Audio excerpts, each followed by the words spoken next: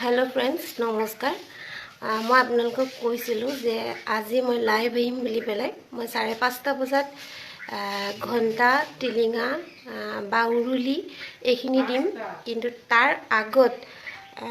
মই যিখিনি চাকি জনাম বুলি কৈছিলোঁ যে আপোনালোকৰ লগত একেলগে সহযোগ কৰিম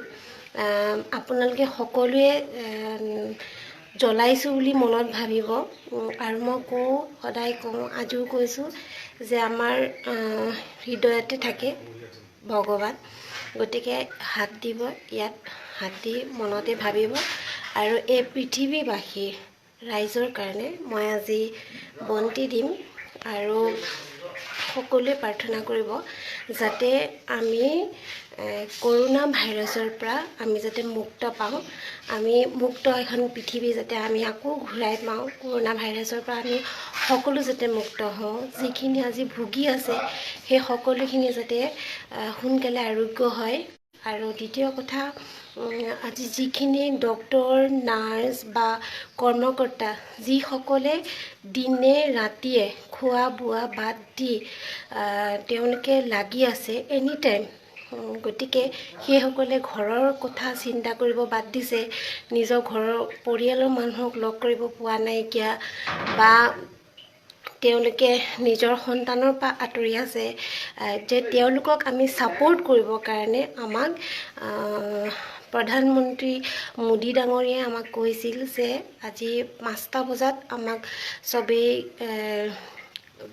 ধৰক ঘণ্টা হওক বা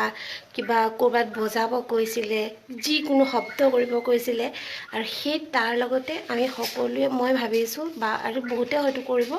যে সেই কামখিনি আমি কৰোঁতে ভগৱানৰ চৰণত তেওঁৰ চৰণত আমি আজি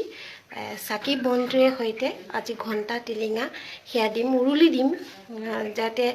বিশ্ববাসীৰ কাৰণে আমি আজি চিন্তা কৰিম যাতে আমাক মুক্ত পৃথিৱী লাগে আমাক মুক্ত কৰোনা ভাইৰাছৰ পৰা আমি মুক্ত হ'ব লাগে আৰু মই যি চাকি থৈ দিছিলোঁ দিম বুলি পেলাই সেই চাকি আপোনালোকক দেখুৱাম ভাবিব আপোনালোকে মনত যে এই চাকি মই যদিও জ্বলাইছোঁ যে আপোনালোকে জ্বলাইছে বুলি মনত ভাবিব যে সেয়া আপোনালোকেও জ্বলাইছে ৰাইজৰ হৈ মই কৰিছোঁ এই কামখিনি আৰু আপোনালোকে যিমান পাৰে শ্বেয়াৰ কৰিব মনত এইটো ভাব নল'ব যে মই আজি শ্বেয়াৰ কৰিব কৈছোঁ মই কিবা এটা কাৰণত মোৰ পেজটো কিবা এটা কেতিয়াও নহয় এই ভগৱানৰ মন্দিৰত মই কৈছোঁ সেই ভাব মোৰ মনত নাই এইটোৱে কৈছোঁ যাতে এই বস্তুখিনি যেতিয়া আপোনালোকে শ্বেয়াৰ কৰিব কোনোবা নহয় কোনোবাই হয়তো পাব তেওঁলোকে মনত ভাল পাব যে আমাৰ কাৰণে প্ৰাৰ্থনা কৰিছে আজি ৰাইজে প্ৰাৰ্থনা কৰিছে শ্বেয়াৰ কৰিছে কমেণ্ট কৰিছে আপোনালোকে সেই মানুহখিনিৰ কাৰণে এষাৰি বাক্য লিখিব কমেণ্ট কৰিব যে তেওঁলোকে চাই যাতে মনত সেই সন্তুষ্টি পায় আৰু সেইখিনি আপোনালোকক জনালোঁ আৰু বাকী মই তেতিয়াহ'লে চাকিৰ কামখিনি আগবঢ়াওঁ এয়া মন্দিৰ ভাগত আজি মই প্ৰায় 3 ঘণ্টামান সময় দিনৰ সময়ছোৱাত মই প্ৰায় 3 ঘণ্টা সময় আজি মই মন্দিৰত কটাইছোঁ কেৱল এই কামখিনি কৰিব আজি মই গোটেই দিনটো ঘৰৰ কাম সকলো বাদ দিছোঁ মই ঘৰৰ কাম একো বিশেষ কৰাই নাই মই ৰাতিপুৱাৰ পৰা মই এটাই ধান্দাত আছোঁ যে আজি মই একদম দৃঢ়ভাৱে মই আজি পূজা কৰিব লাগিব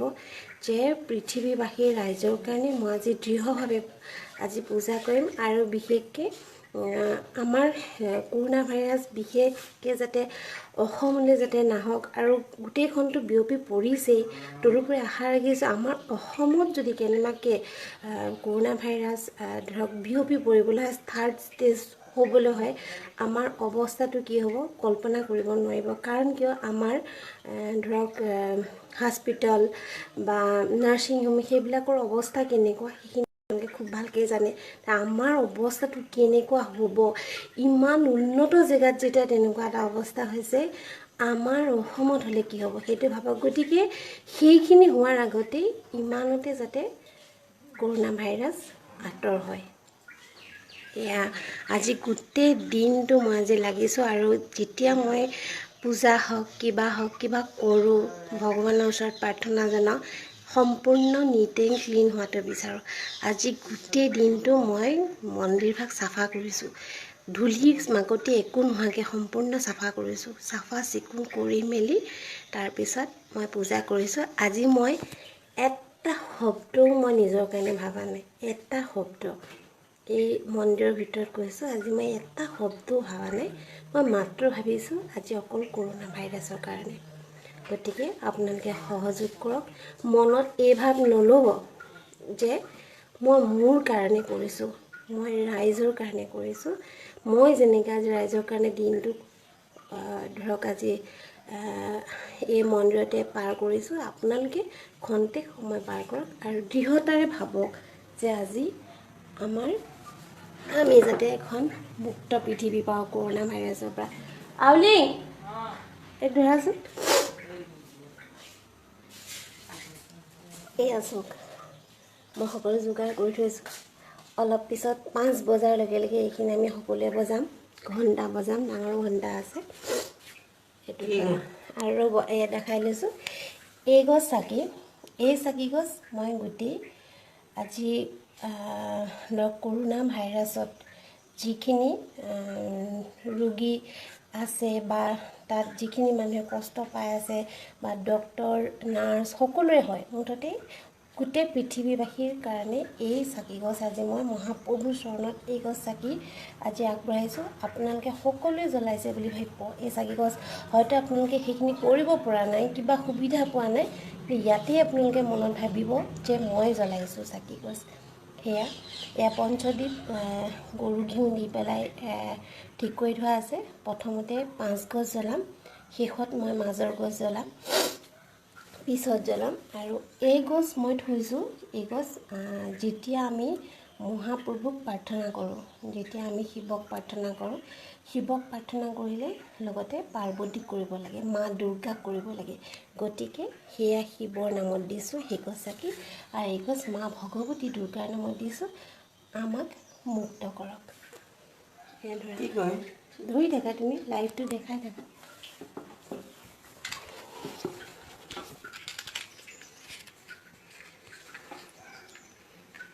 আপোনালোকে নিজে মনত ভাবিব যে চাকি গছ আপোনালোকে নিজে জ্বলাইছে।